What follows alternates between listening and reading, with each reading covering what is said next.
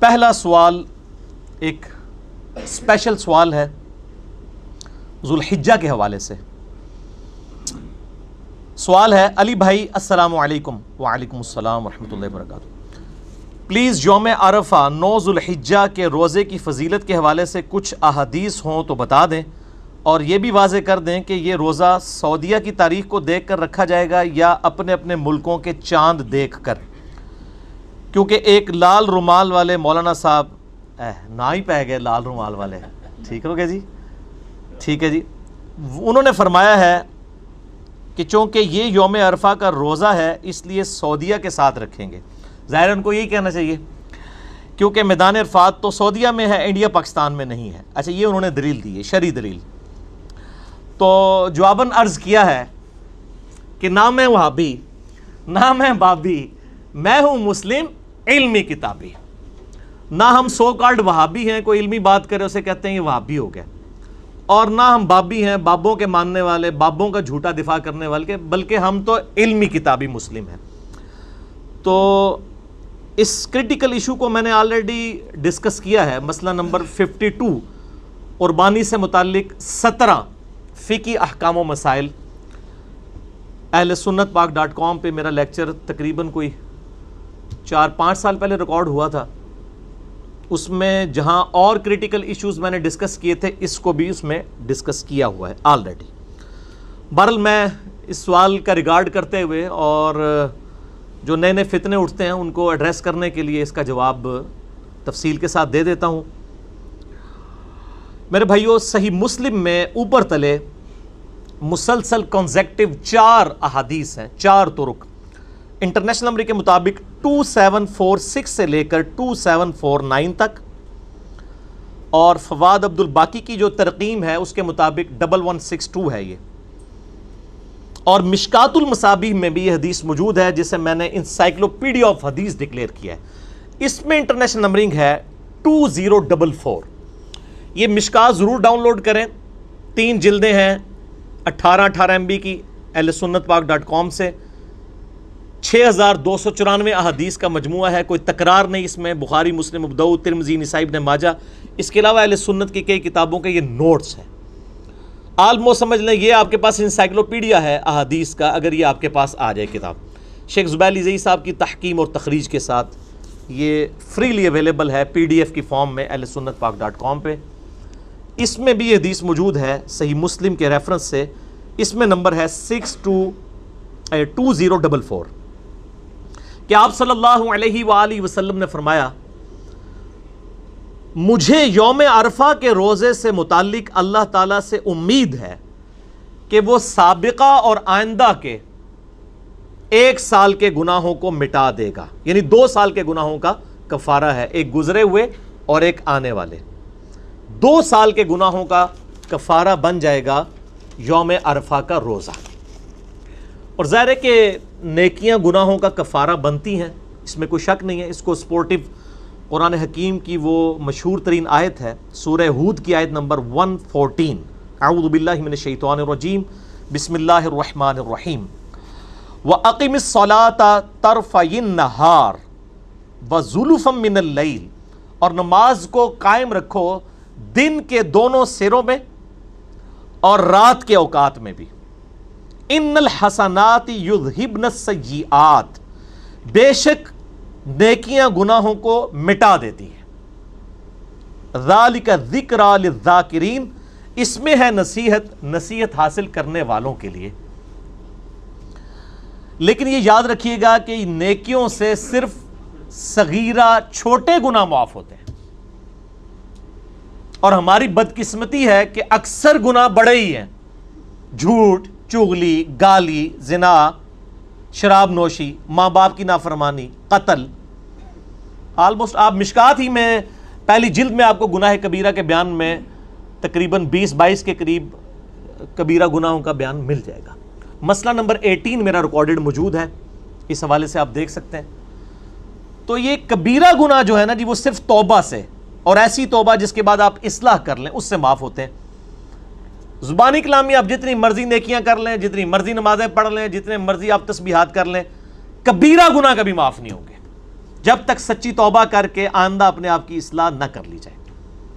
اور اس کی سپورٹ میں حدیث ہے صحیح مسلم میں انٹرنیشنل نمبر کے مطابق 550 سے 552 تک 3 طرق ہیں. مشکات میں بھی موجود ہے 564 نمبر کہ آپ صلی اللہ علیہ وآلہ وسلم نے فرمایا اگر بڑے بڑے گناہوں سے بچا جائے تو ایک نماز سے دوسری نماز درمیان کے گناہوں کا کفارہ بن جاتی ہے.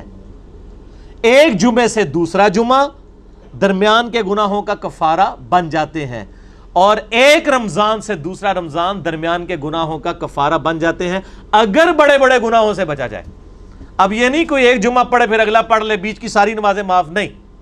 نماز چھوڑنا خود گناہ کبیرہ ہے، حتیٰ کہ صحیح مسلم میں حدیث ہے انٹرنیشنل نمبر کے مطابق 246 کہ بندے کے کفر اور اسلام کے درمیان فرق کی نماز ہے. تو نماز چھوڑنے سے بڑا کون سا کبیرہ گناہ ہو سکتا ہے؟ تو جس نے نماز چھوڑ دی اس نے کبیرہ گناہ کر لیا. اب ایک جمعے سے دوسرا جمعہ درمیان کے گناہوں کا کفارہ نہیں بنے گا، نہ ایک رمضان سے دوسرا رمضان. Point to be noted. تو نیکیاں صرف چھوٹے گناہوں کے معاف ہونے کا سبب بنتی ہیں اور وہ نمازوں سے بھی معاف ہو جاتے ہیں. باقی فکر آخرت کے حوالے سے میں اپنے 2 لیکچرز آپ کو ریکمینڈ کروں گا. مسئلہ نمبر 146 ہے موت سے پہلے توبہ کی ضرورت اور قیامت کے دن کا ہولناک منظر. اور دوسرا ہے مسئلہ نمبر 196، یہ 146 وہ 196، کاش میں دنیا میں واپس جا سکتا. یہ اس لیکچر کا عنوان ہے. یہ آپ سن لیں انشاءاللہ تعالی. امید ہے فکر آخرت کے حوالے سے بینیفیشری ہوں گے. یہ میرے بھائیوں، یہ بتانے کا مقصد یہ تھا کہ یوم عرفہ جو 2 سال کے گناہوں کا کفارہ بنتا ہے اس کا روزہ، تو اس سے مراد چھوٹے گناہ ہیں، بڑے گناہ نہیں اس سے معاف ہوں گے. ٹھیک ہو گیا. اب رہا مسئلہ 9 ذی الحجہ یا یوم عرفہ، یہ سعودیہ کے مطابق روزہ رکھا جائے گا یا دوسرے ملکوں کے مطابق؟ اس کو ٹیکنیکلی سمجھیں آپ. میں نے 3 چھوٹے چھوٹے پوائنٹس لکھے ہیں. علمی پوائنٹ نمبر 1، صحیح بخاری اور مسلم کی متفق علیہ حدیث ہے. بخاری میں 1988، مسلم میں 2632 اور انسائکلوپیڈیا آف حدیث میں 2042. یہ بھی مشکات میں موجود ہے کہ آپ صلی اللہ علیہ وآلہ وسلم جب حج کے لیے تشریف لے گئے تو یوم عرفہ کے روزے میں صحابہ کرام میں اختلاف ہوا تو کہ بھئی آپ صلی اللہ علیہ وآلہ وسلم نے یوم عرفہ کا روزہ خود رکھا ہوا ہے کہ نہیں، کیونکہ آپ تو حج کر رہے تھے. تو آپ صلی اللہ علیہ وآلہ وسلم کو ایک دودھ کا پیالہ پیش کیا گیا، آپ نے وہ اعلانیہ نوش فرما لیا، جس سے سب کو یہ پتا چل گیا کہ آپ صلی اللہ علیہ وآلہ وسلم نے یوم عرفہ کے دن روزہ نہیں رکھا ہوا تھا. لہٰذا بخاری اور مسلم کی اس حدیث سے یہ ٹروتھ ریویل ہوا کہ یوم عرفہ کا روزہ ہے ہی ان لوگوں کے لیے ہے جو حج نہیں کر رہے. جو ہم جیسے غریب لوگ دور بیٹھے ہوئے ہیں یہ ہے ہی ان کے لیے. ان سے تو آپ فیسلٹی نہ چھینیں. حاجیوں کے اوپر تو روزہ ہی نہیں ہے کیونکہ خلاف سنت ہو جائے گا. آپ صلی اللہ علیہ وآلہ وسلم نے یوم عرفہ کا روزہ حج کے دوران نہیں رکھا.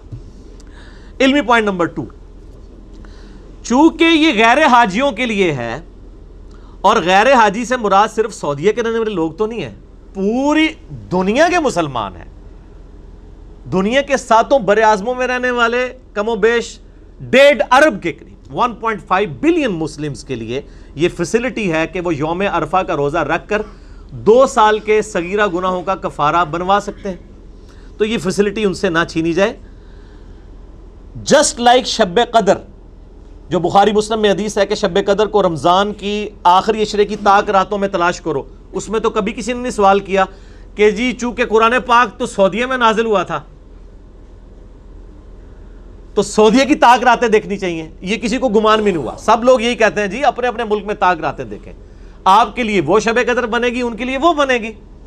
تو یوم عرفہ 9 ذی الحجہ، اگرچہ یوم عرفہ کا دن تو اسپیسیفکلی میدان عرفات کے لیے ہے، لیکن وہ 9 ذی الحجہ کا دن باقی پوری امت کے لیے تو ان کے چاند کے مطابق ہی ہوگا. مون سائٹنگ کے اوپر میرا ایک علیحدہ سے کلپ بھی آپ وہ دیکھ لیں. میں آج اس طرف نہیں جا رہا. مون سائٹنگ انجینئر محمد علی مرزا لکھیں تو وہ کلپ کھل جائے گا آپ کو انشاءاللہ. اس حوالے سے اور چیزیں بھی کلیئر ہو جائیں گی.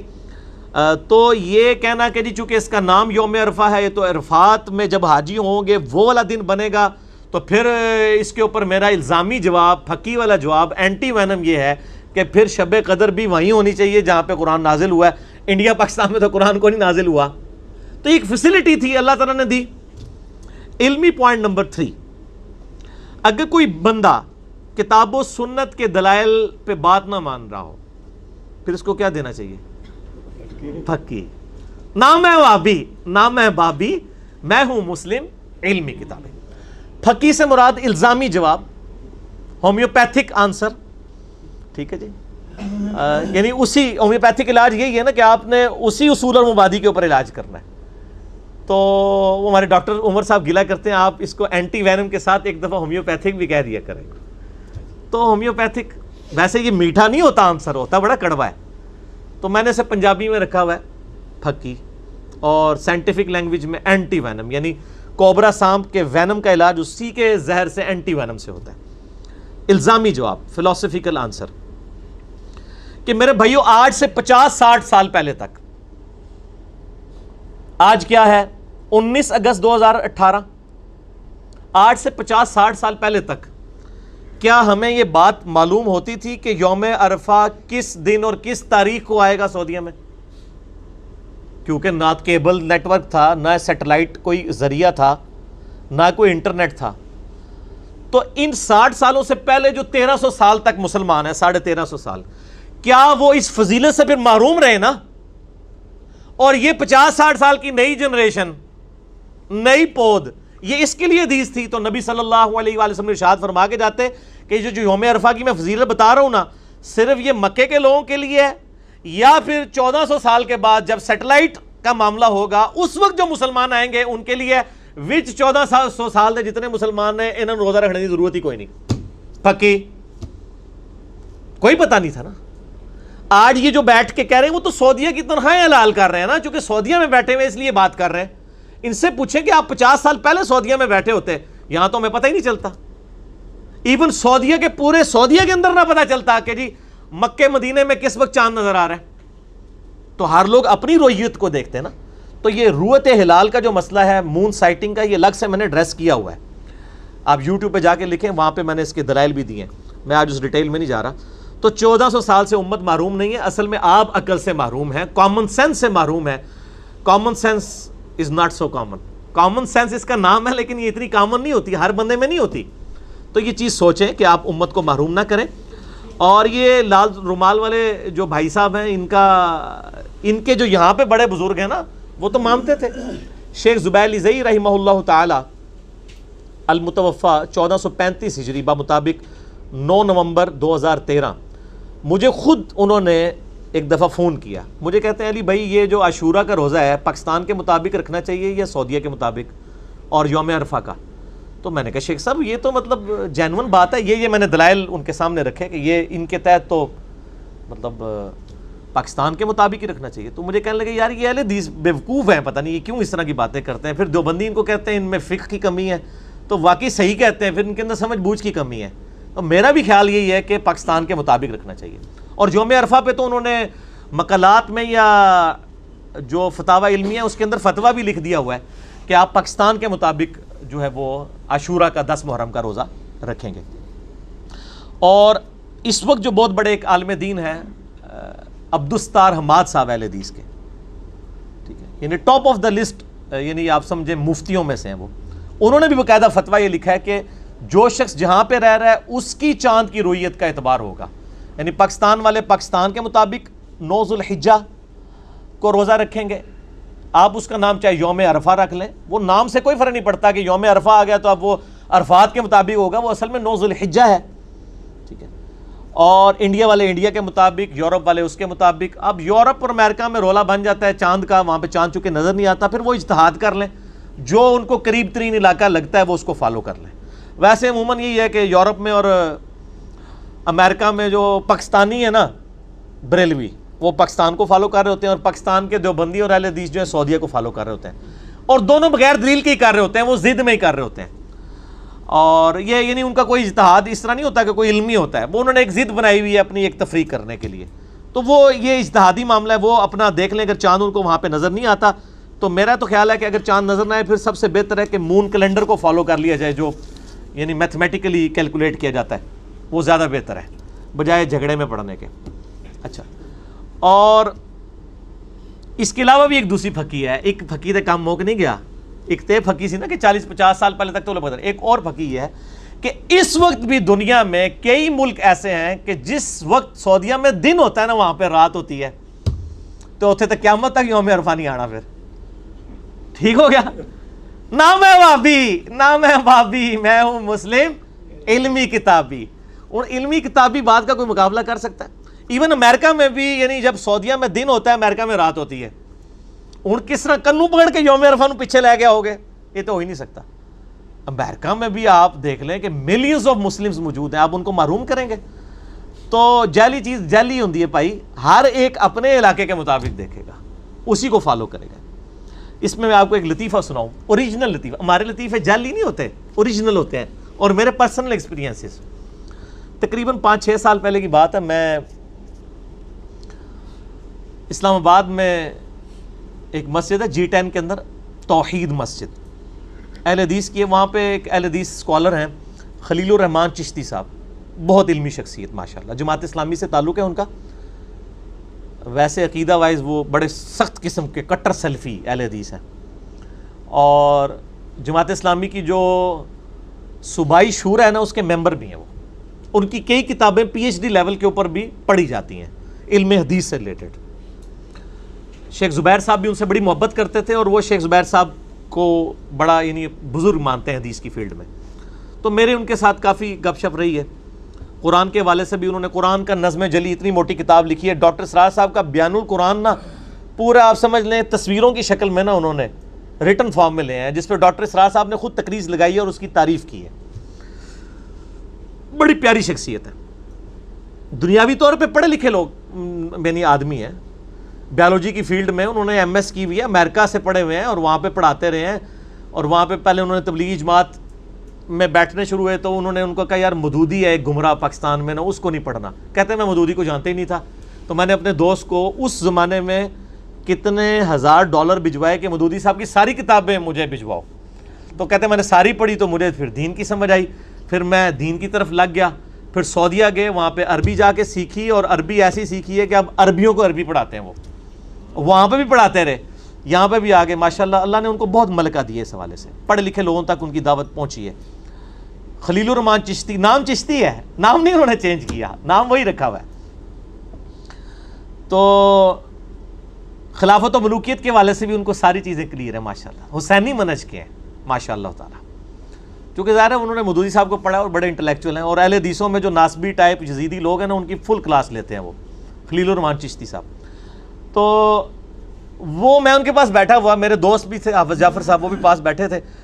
تو بائی چانس اگلا دن جو ہے نا یوم عرفہ تھا سعودیہ کا، ہمارا تو ایک دن بعد آتا ہے نا. تو کسی کا نا ان کو فون آ گیا کہ شیخ صاحب روزہ جو ہے وہ سعودیہ کے مطابق رکھیں یا پاکستان کے مطابق. انہوں نے کہا جی وہ تو یوم عرفہ تو سعودیہ میں ہوتا ہے، آپ سعودیہ کے مطابق رکھیں. فون بند ہو گیا. میں نے کہا اگر آپ اجازت دیں تو میں بھی کچھ عرض کروں. آج ہوتا تو میں کہتا سر میں عرض کروں کہ نام ہے وابی، نام ہے بابی، میں ہوں مسلم علمی کتابی. اس وقت یہ چیز مارکیٹ میں نہیں آئی ہوئی تھی. تو میں نے کہا سر میں عرض کروں. میں نے ان کو یہ دونوں دلائل رکھے کہ آج سے 50-60 سال پہلے کیسے پتہ چلتا ہوگا انڈیا والوں کو کہ اور پاکستان والوں کو اور بنگلہ دیش افغانستان والوں کو کہ سعودیہ میں یوم عرفہ کب ہے. کہتے یار یہ تو میں نے سوچا نہیں کبھی. اور دوسرا میں نے کہا جی دنیا میں کئی ملک ہیں، آپ تو اتنے ملک پھیرے ہوئے ہیں جہاں پہ تو مطلب سعودیہ میں دن ہوتا ہے وہاں پہ رات ہوتی ہے. تو نا وہ ڈھیلے پڑ گئے نا. کہتے ہیں ہاں یار آپ کی بات بھی ٹھیک ہے، بال دیکھ لیتے ہیں اس میں جس طرح کر لیں. تھوڑی دیر بعد ایک فون اور آ گیا ان کو، اس نے بھی وہی مسئلہ دوبارہ پوچھا. تو اور شیخ صاحب ٹلے ہوئے گئے، کہتے ہیں دیکھ لیں اجتہادی مسئلہ ہے جس طرح بھی کر لیں آپ. پہلے 5 منٹ پہلے وہ کہہ رہے تھے جناب نہیں سعودیہ والا. اسی لیے میں کہتا ہوں کہ آئی لو اہل حدیث ابو آل اسکول آف تھاٹس. میں اہل حدیث کو باقی تمام مکاتب فکر سے زیادہ محبوب رکھتا ہوں کہ جب ان کے سامنے دلائل رکھے جاتے ہیں فوراً رجوع کر لیتے ہیں. اب یعنی ان کے لیے پاس کچھ لوگ بھی بیٹھے تھے، انہوں نے اسی نشست میں دوسرے فون کے اوپر رجوع کر لیا. تو اتنا جگرا باقی لوگوں میں بھی ہونا چاہیے. پاکستان میں انشاءاللہ 21 اگست 2018 کو یعنی پرسوں منگل کے دن 9 ذوالحجہ 1439 ہجری ہوگا، یعنی ہم نے پرسوں روزہ رکھنا ہے۔ اور جو سعودیہ کے رہنے والے لوگ ہیں، عرب ممالک کے، ان کا چونکہ چاند ہم سے ایک دن پہلے نظر آیا تھا، ان کا کل یعنی منڈے والے دن 20 اگست 2018 کو یوم عرفہ والا روزہ بنے گا۔ ٹھیک ہو گیا جی؟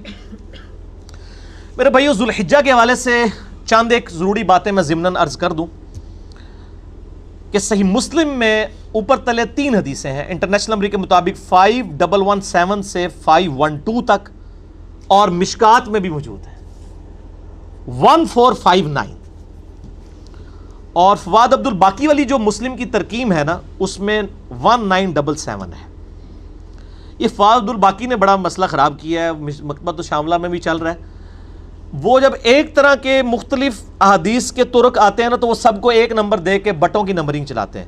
اب یہ دیکھ لیں آپ 7 طرق ہیں 5117 سے 5123 تک کانٹینیوس نمبرنگ میں، لیکن فواد عبد الباقی نے ان 7 کے ساتھ کو ایک ہی نمبر دیا 1977، اسی لیے اس صحیح مسلم میں ٹوٹل احادیث ہیں 3033 3033، اور جبکہ کانٹینیوس نمبرنگ والی جو دارالاسلام نے تو خیر دونوں چھاپ دی ہیں، جس کا پی ڈی ایف اور اسلام 360 میں کانٹینیوس نمبرنگ ہے 1 سے 7563 تک، وہ ٹوٹل احادیث اس میں 7563 ہیں، جس میں ریپیٹیشن کے نمبرنگ کو ایک کر دیا اس میں 3033 ہے۔ یہ میں نے آپ کو ضمن بتا دیا۔ اسلام 360 میں بھی آپ کو کانٹینیوس نمبرنگ ہی ملے گی، اور پی ڈی ایف بھی اسی پہ ہے 6 جلدوں والا۔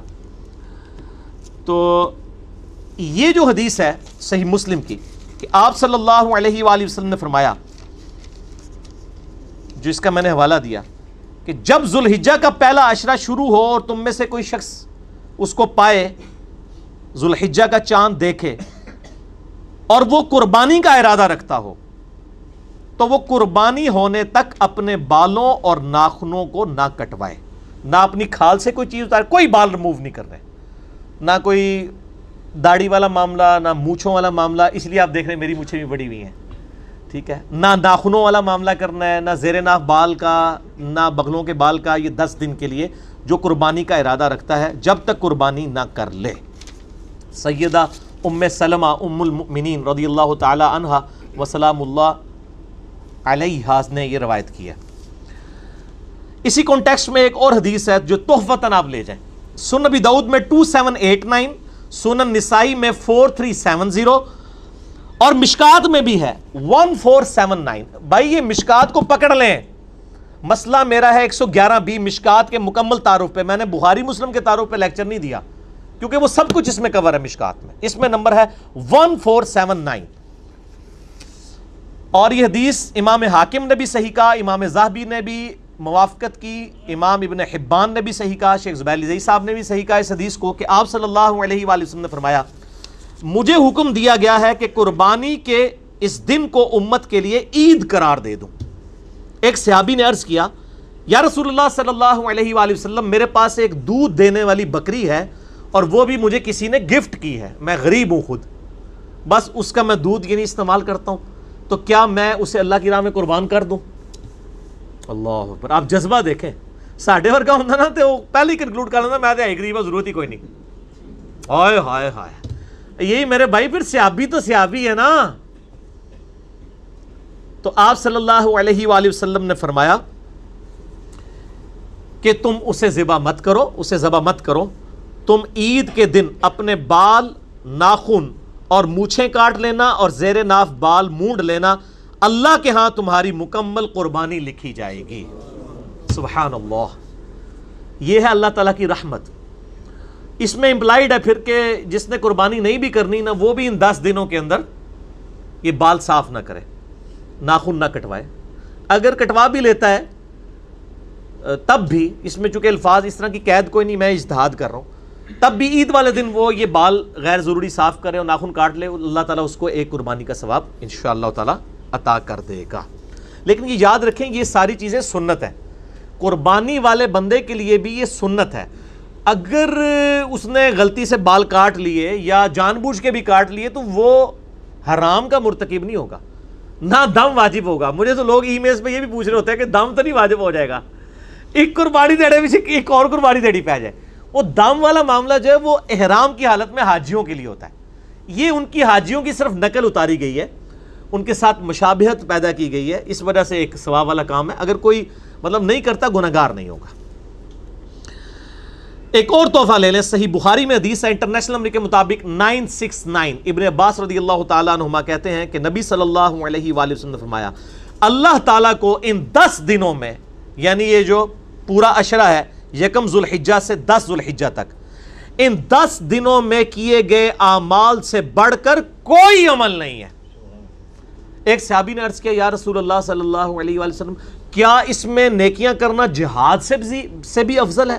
تو آپ صلی اللہ علیہ وآلہ وسلم نے فرمایا ہاں، اللہ کی راہ میں جہاد کرنے سے بھی افضل ہے، سوائے اس شخص کے کہ جو جان اور مال لے کر اللہ کے حضور جہاد کے لیے گیا اور وہ زندہ سلامت واپس نہ آیا، نہ اس کی جان واپس آئی نہ مال، سب کچھ ہی لٹ گیا، صرف وہ شخص فضیلت میں آگے سے بڑھے گا، صرف جہاد کرنے والا بھی ان 10 دنوں میں نیکیاں کرنے والے سے بڑھ نہیں سکتا۔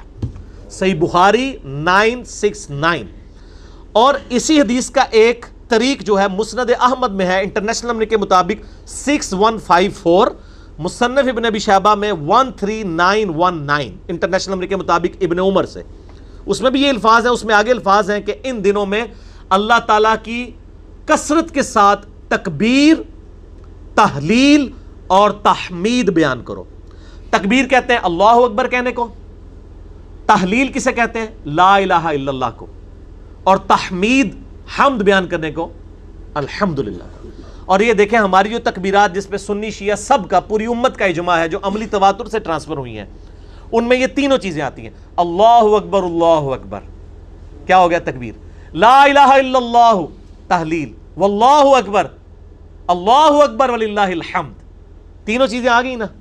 تو یہ تکبیرات اس میں بلند کرو، اور اس میں سنت ہے کہ آپ عید کے اوپر بھی میرا کلپ ہے، عید کی نماز کا طریقہ، اس میں نے ڈیٹیل سے بتایا کہ آپ نے بڑی عید کے لیے جب جانا ہے بلند آواز سے تکبیرات بلند کرتے ہوئے جائیں، اور چھوٹی عید کے لیے آہستہ آواز میں بالی یہ تکبیرات بلند کی جائیں۔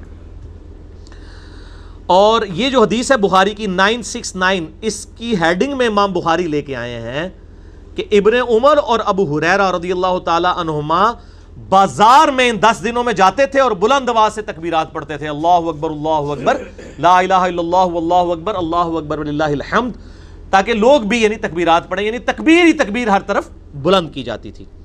اور اسی ہیڈنگ میں امام بخاری 969 کے اوپر ہیڈنگ میں لے کے آئے۔ اچھا، اب یہ ہیڈنگ والا جو رولا ہے نا، یہ جو اسلام 360 اینڈرائڈ ایپ ہے نا، اس میں ہیڈنگ سکپ ہو گئی ہیں، اور میں نے ان کو بتا دیا، انشاءاللہ اس کو امپروو کر رہے ہیں۔ آپ پی ڈی ایف میں دیکھیں گے نا تو آپ کو امام بخاری کے باب کی ہیڈنگز تعلیقاً روایتیں مل جائیں گی، جن کی صحیح اسناد مصنف عبد الرزاق اور مصنف ابن ابی شیبہ میں بھی آپ کو، اور سنن کبری البیہقی میں، یہ 3 مین کتابیں ہیں صحابہ کے آثار کی، جن میں آپ کو مل جائیں گی انشاءاللہ۔ تو امام بخاری لے کے آئے کہ امام محمد بن علی بن حسین، یہ نام ہے امام باقر کا جو امام جعفر کے والد تھے، امام محمد بن علی بن حسین بن علی، امام باقر کے بارے میں المتوفا 114 ہجری، کہ وہ نوافل کے بعد بھی تکبیرات کو بلند کیا کرتے تھے ان 10 دنوں میں، ان نماز پڑھنے کے بعد بھی، وہ سنتوں کے بعد بھی، ایک تو فرض کے بعد بھی کرنی ہے، وہ روایت بھی آ گئی ہے المصنف ابن ابی شیبہ میں، انٹرنیشنل نمبر کے مطابق 5631 ہے کہ مولا علی علیہ السلام رضی اللہ تعالیٰ عنہ، ان کے بارے میں آتا ہے کہ آپ رضی اللہ تعالیٰ عنہ 9 ذوالحجہ کی فجر سے لے کر 13 ذوالحجہ کی عصر تک ان تکبیرات کو بلند کیا کرتے تھے، جو ساری امت کرتی ہے۔ آپ دیکھتے ہیں نا کہ 9 ذوالحجہ، اور وہ یوم عرفہ سعودیہ والے کے مطابق نہیں کر رہے ہوتے ہیں، ہم اپنے مطابق کر رہے ہوتے ہیں۔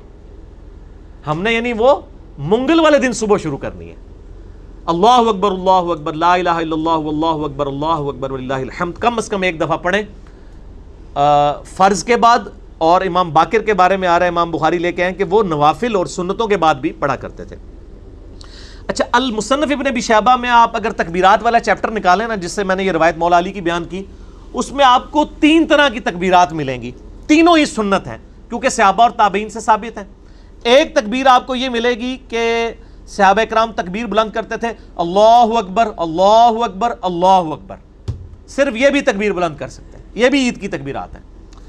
دوسری تکبیر جو مشہور ہے، اللہ اکبر لا الہ الا اللہ واللہ اکبر وللہ الحمد۔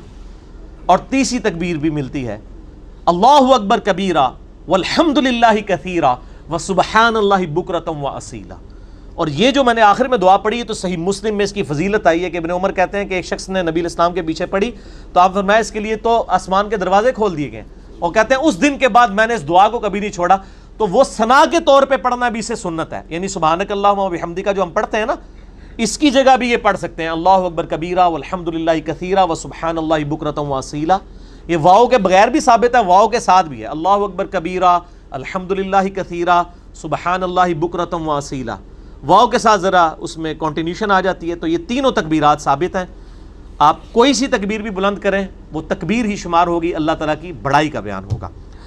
اللہ تعالیٰ سے دعا ہے جو حق بات میں نے کہی اللہ تعالیٰ ہمارے دلوں میں راسخ فرمائے، اگر جذبات میں میرے منہ سے کوئی غلط بات نکل گئی اللہ تعالیٰ ہمارے دلوں سے محو کر دے، ہمیں کتاب و سنت کی تعلیمات پر عمل کر کے دوسرے بھائیوں تک پہنچانے کی توفیق عطا فرمائے۔ سبحانک اللہم و بحمدک اشہد ان لا الہ الا انت استغفرک و اتوب الیک وما علینا الا البلاغ المبین۔ جزاکم اللہ خیرا۔